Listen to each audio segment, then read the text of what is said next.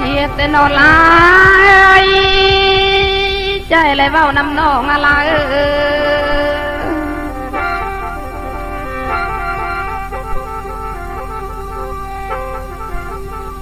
หักกันเดียวแนวเลือกก็ยาภาษีอะไร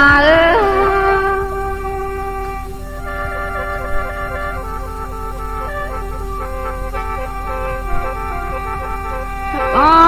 เลยพ่อแม่บอกปอมจะก้อยเอาเฮือนเฮียงใจบ้านะ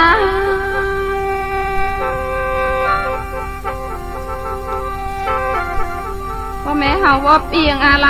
จิงก้อยเอาเฮือนกลัวว่าเลย